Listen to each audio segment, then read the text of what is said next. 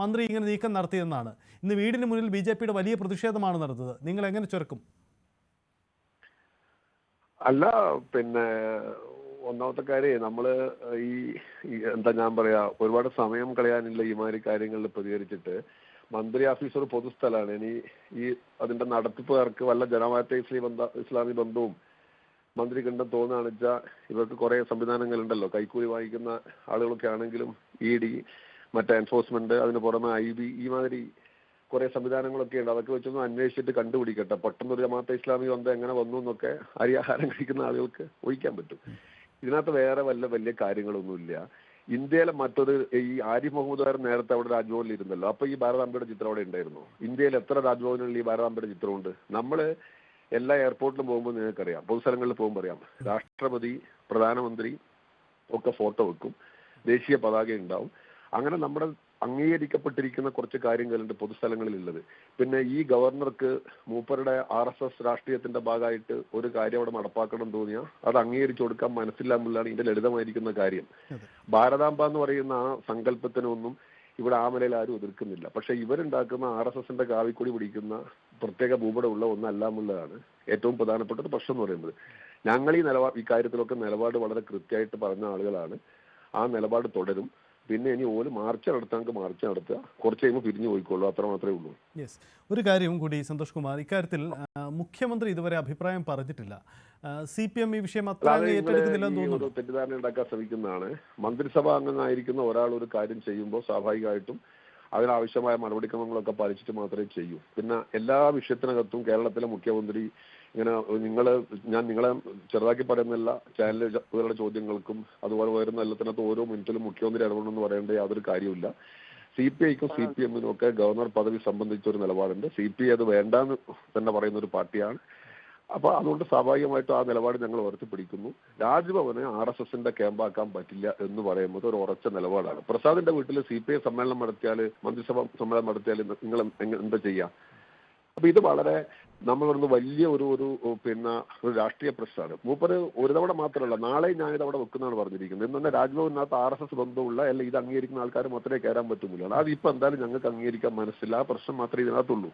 പിന്നെ മാർച്ചോ പ്രതിഷേധമോ പ്രകടനമോ എന്തോ നടത്തിക്കോട്ടെ, നടന്നുകൊണ്ടേ ഇരിക്കും. കുറച്ച് നേരത്തെ പറഞ്ഞ പോലെ പിരിഞ്ഞു പോകും. ഇത് അത്രയേ ഉള്ളൂ.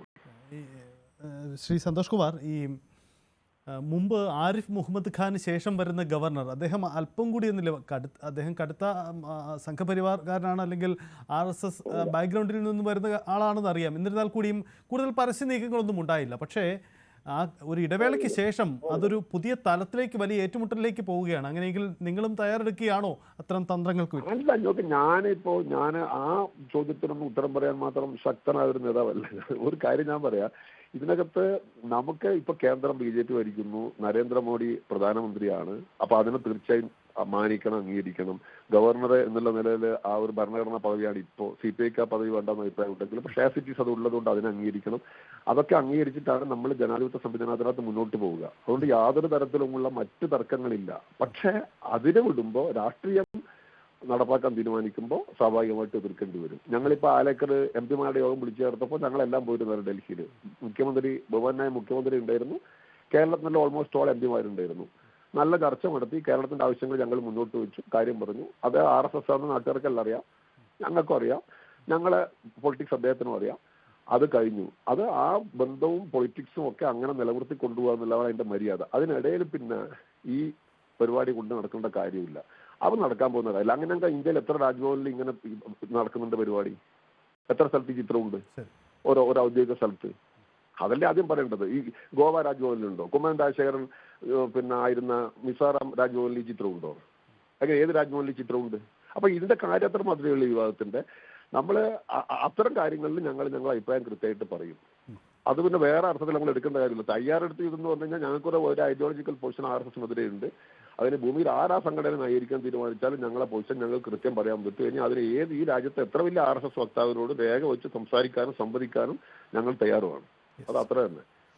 മാർച്ച് നടത്തിയിട്ടൊന്നും ഞങ്ങളെ പഠിപ്പിക്കേണ്ട കാര്യമില്ല. കാരണം RSS എല്ലാ കാലത്തും ഭരണകൂടമായിട്ട് കോംപ്രമൈസ് ചെയ്യുന്ന ഒരു സംഘടനയായിരുന്നു. ഞങ്ങൾക്ക് അങ്ങനെ യാതൊരു കാര്യമില്ല. ഞങ്ങൾ എതിർക്കണമെങ്കിൽ എതിർക്കും, അത്ര തന്നെ. വേറെ യാതൊരു പേടി അക്കാര്യത്തിലുള്ളവരല്ല.